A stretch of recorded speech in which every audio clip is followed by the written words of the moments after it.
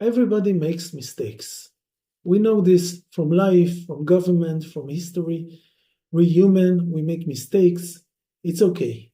People make mistakes, societies make mistakes, religions make mistakes, culture, political parties, ideologies, and so on. Everybody makes mistakes all the time, and it's forgivable. I am all for forgiveness. When people reconsider and repent and change their ways, or when we make a mistake and we want to correct and change course, it's perfect. It's how society is supposed to work. This is how people work, and I'm all for it. But when someone chooses evil, when someone chooses evil strategically over extended periods of time, and they commit to their choice, and they know the consequences of their choice, and they still do it, and they still commit to it every day, it's not a mistake. You don't engage with this. And this is a difference we should bear in mind as political creatures all the time. There is a big, huge difference between making a mistake or a series of mistakes, even grave mistakes, and choosing evil and supporting genocide, financing genocide, arming genocide, sending bombs to kill families in Gaza, families of starving, displaced, sick, tired people. This is not a mistake. This is a strategic choice of evil, and this is the choice of the Democratic Party. And this is why I'm saying it.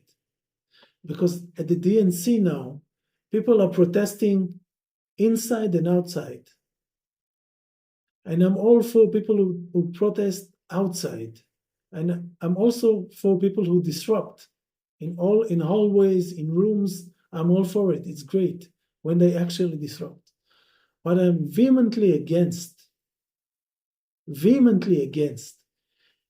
is for people to go on a democratic convention stage and talk about the need for ceasefire or the need for mercy or compassion for Palestine. This is I'm so against, because this is not something you do with people who chose evil. They know what they're doing. They know why they chose it. They know the consequences. They saw the pictures. They saw the videos. They know exactly what they're doing, and they chose to do it. It's a narcissistic, sociopathic choice, strategic choice they made. So you don't try to convince them. You don't try to dissuade them. You don't try to make them change your mind, change their mind. It's not going to happen. What is going to happen is when you come up to people and organizations and platforms that chose evil and you engage with them, you're actually making them stronger. You're reaffirming their authority over you and over the situation. You're acknowledging their position of power, which when what you should be doing is destabilize it, is challenging it, is removing them from power. This is what you should be focused on. And this is why you should never engage with people and organizations and political parties or countries, regimes that chose evil. Not a mistake, not a stupid choice, not an adventure, but actual evil. And we know evil when we see it.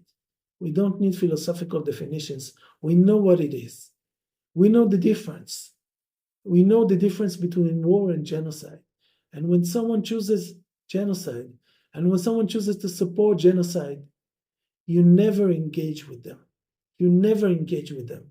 You never degrade yourself and debase yourself, but by trying to convince them, persuade them, change their minds, make them see something different. Do you think they don't know what they chose and why they chose it? You think people are children, naive, or stupid? They are not. The Democratic Party chose genocide. This is their choice, and we need to respect it, and we need to not engage with it. And the majority of people are not going to accept this approach that I'm laying out here. They're not going to accept it. They're not going to embrace it. But a small minority of people with deep conviction, with deep commitment, can make a huge difference. But only if they're not confused, only if they know what they're doing and they see the game and they know how to play it.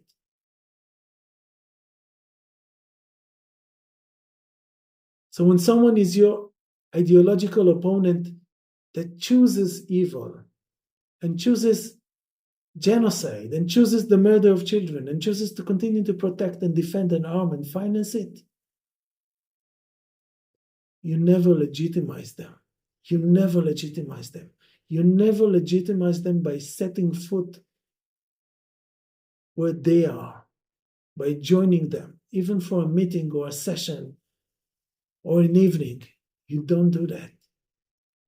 You remain strong in your conviction, even if you're alone, even if you are 2 people or 3 people or 5 people, it doesn't matter. You need to be clear. You need to be clear and resolute and never engage with evil. Never engage with evil.